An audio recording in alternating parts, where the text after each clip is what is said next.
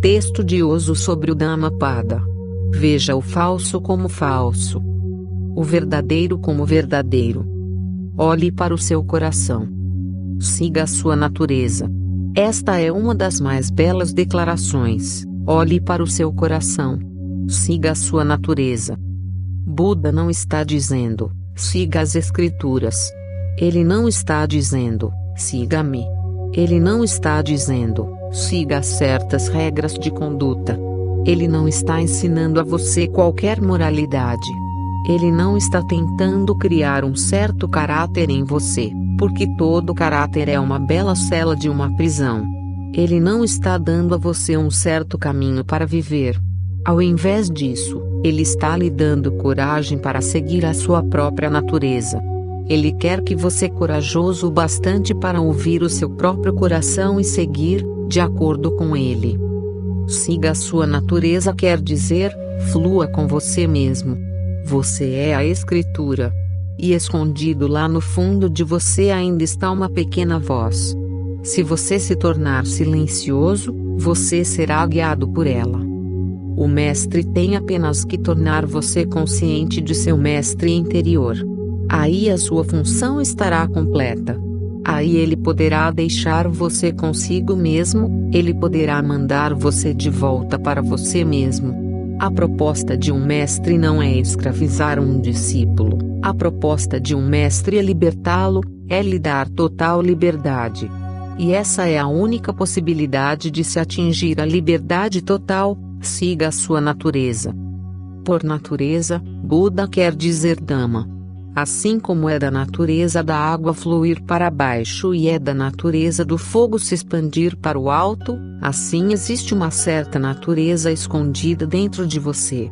Se todos os condicionamentos que foram impostos a você pela sociedade forem removidos, de repente você irá descobrir a sua natureza. A sua natureza é tornar-se Deus? Aisdhammo Sanantano, essa é a lei eterna e inesgotável, sua natureza é tornar-se Deus. O homem é um Deus em potencial, um Bodhisattva.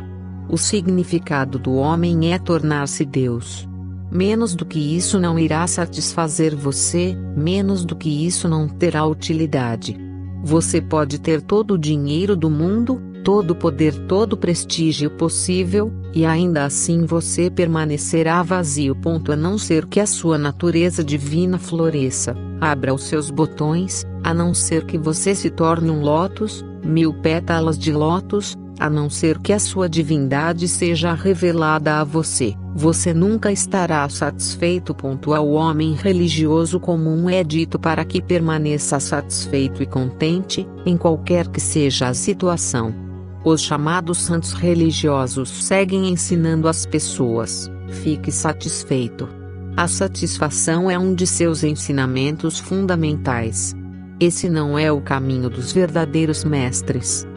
O mestre verdadeiro cria o descontentamento em você, um tal descontentamento que nada neste mundo poderá satisfazê-lo. Ele cria um tal anseio em você, que a não ser que você alcance o máximo, você irá permanecer sem fogo, sem chama. Ele cria dor em seu coração, ele cria angústia.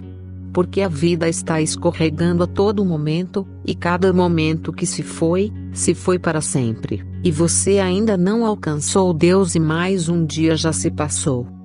Ele cria um tal anseio profundo em você, uma tal dor em seu coração.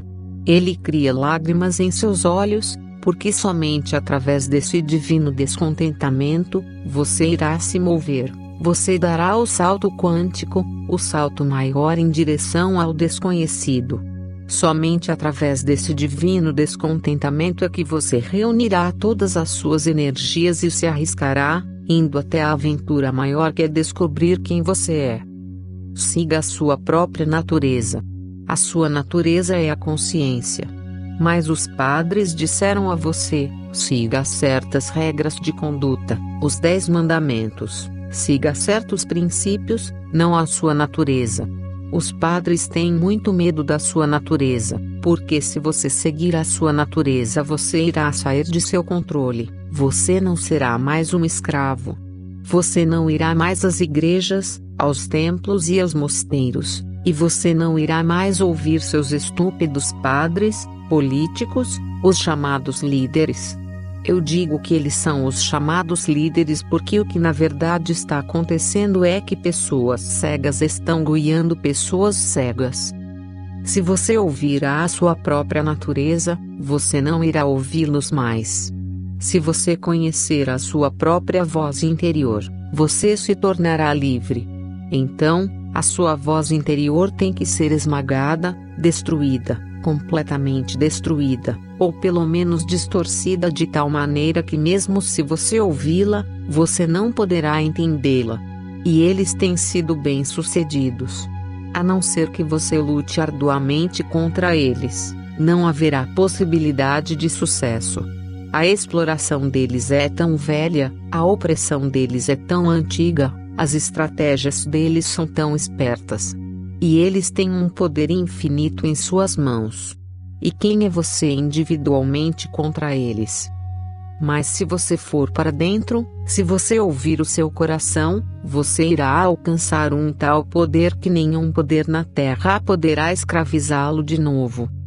Siga a sua natureza. Mas como seguir a sua natureza, se você não sabe o que ela é? E não lhe é permitido saber o que ela é. Você recebeu instruções precisas sobre o que fazer, o que comer, quando levantar-se de manhã, quando ir para a cama. Você recebeu instruções precisas. Aquelas instruções, se seguidas, fazem de você um escravo. Se não seguidas, fazem de você um criminoso. Se seguidas, você se torna um santo, mas um escravo. As pessoas irão adorá-lo, respeitá-lo, mas todo esse respeito é um entendimento mútuo. Se você seguir as nossas instruções, nós respeitaremos você. Se você não seguir, você irá para a prisão. Ou você se tornará espiritualmente um escravo ou fisicamente um prisioneiro. Essas são as duas alternativas que a sociedade dá a você. E isso nunca permite a você se tornar consciente de que existe dentro de você uma fonte de infinita orientação e direcionamento. E é de lá que Deus fala. Deus ainda fala, ele não parou de falar. Ele não é parcial. Não é que ele tenha falado a Maomé e a Moisés e que ele não fala a você. Ele está falando a você tanto quanto ele falou para Maomé. A única diferença é que Maomé estava pronto para ouvi-lo e você não está pronto para ouvi-lo. Maomé estava disponível e você não está disponível. Tornar-se disponível à sua própria natureza interior é o que eu chamo de meditação. Lembre-se dessas duas palavras. O caráter é uma invenção dos políticos e dos padres, é uma conspiração contra você. A consciência é a sua natureza.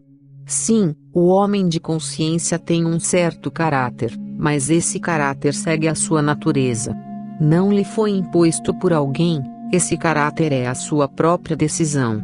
E ele não está preso a esse caráter, ele está totalmente livre para mudá-lo a qualquer momento.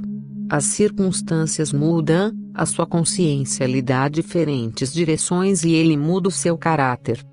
O homem de caráter, o chamado homem de caráter, está preso. Mesmo se as circunstâncias mudarem, ele segue repetindo o mesmo caráter, mesmo que não seja a mais relevante, mesmo que não seja a mais adequado. O contexto no qual ele tinha um significado desapareceu, mas ele segue repetindo as mesmas tolices. Ele é como um papagaio. Ele é uma máquina, ele não responde, ele simplesmente reage. Um homem de consciência responde, suas respostas são espontâneas. Ele é como um espelho.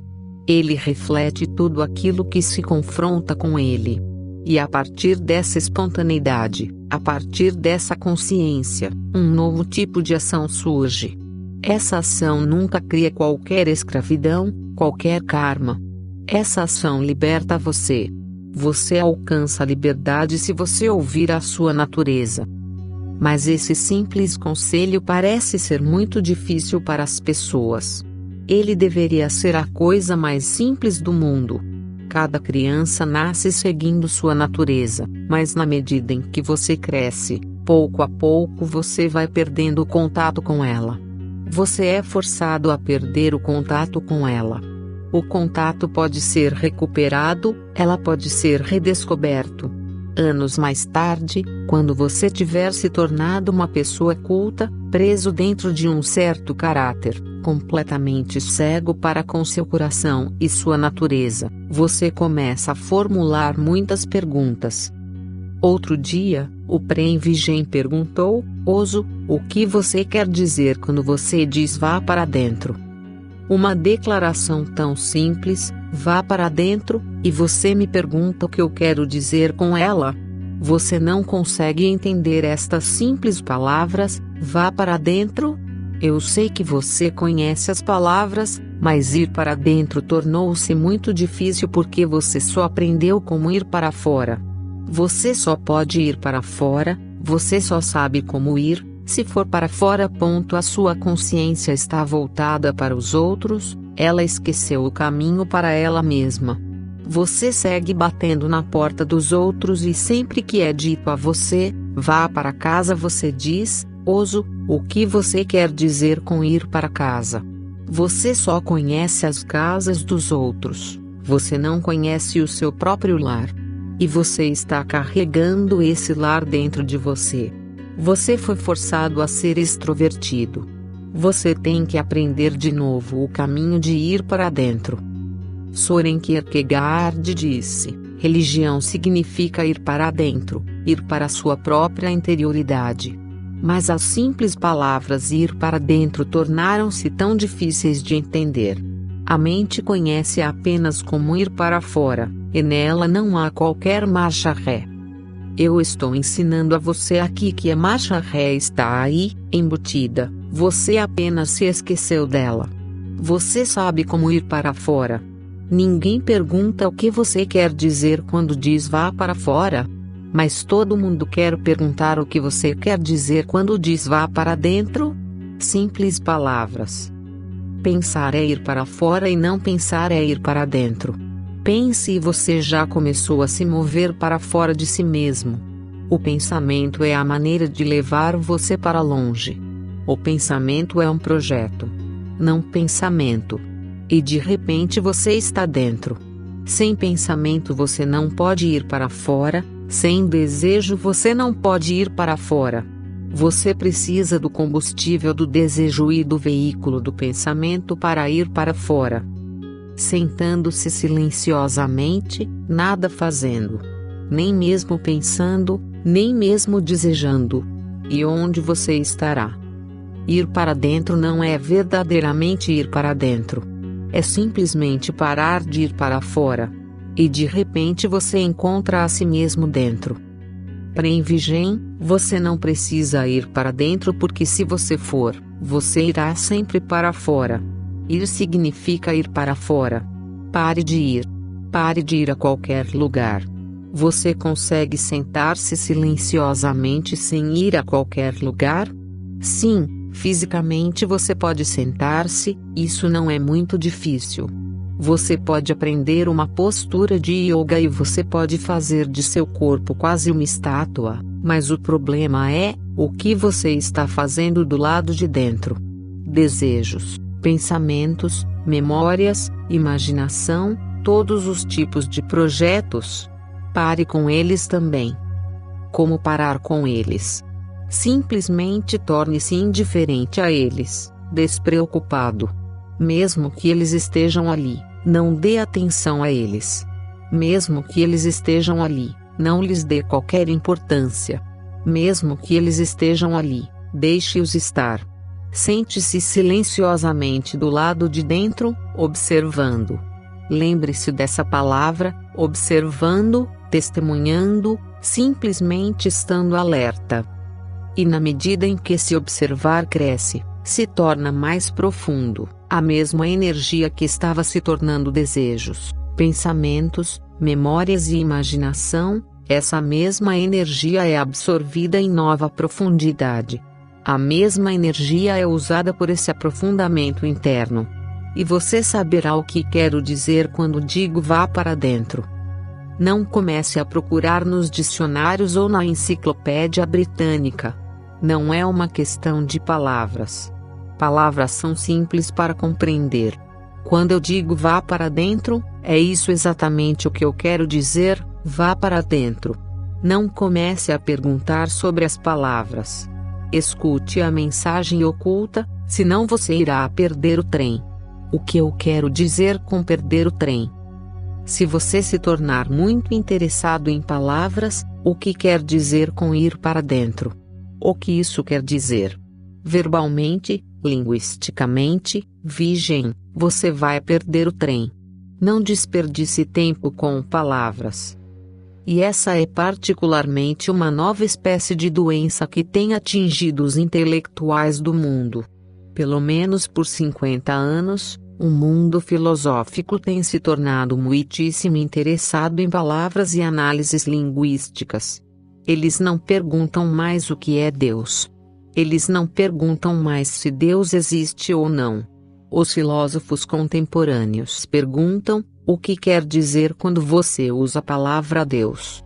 A questão não é se Deus existe ou não. A questão não é o que é Deus. A questão não é como se alcança Deus. Agora a questão tomou uma nova direção: o que você quer dizer quando você usa a palavra Deus? O que você quer dizer quando você usa a palavra rosa? Essa questão é mais fácil.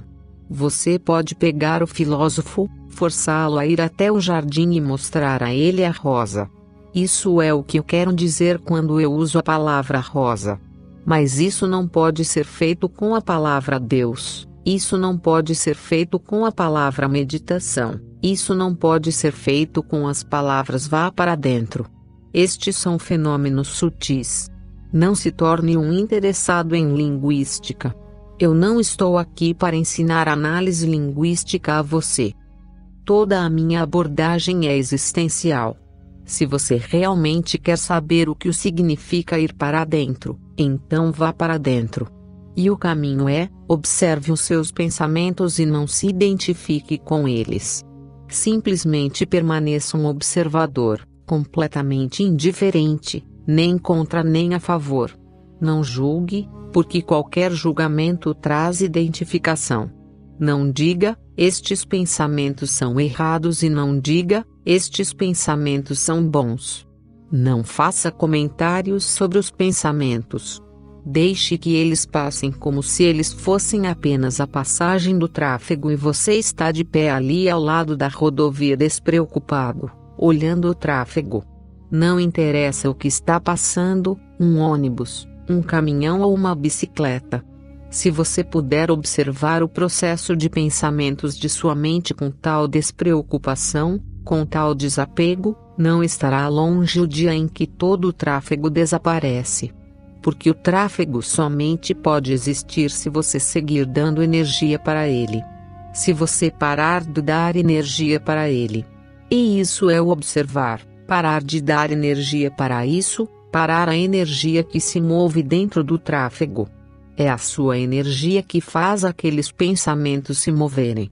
Quando a sua energia não os está alimentando, eles começam a cair, eles não conseguem se manter em pé por si mesmos. E quando a rodovia da mente estiver completamente vazia, você está dentro. Isso é o que eu quero dizer, vigem, quando eu digo vá para dentro. E isso é o que Buda quer dizer quando ele diz: siga a sua natureza.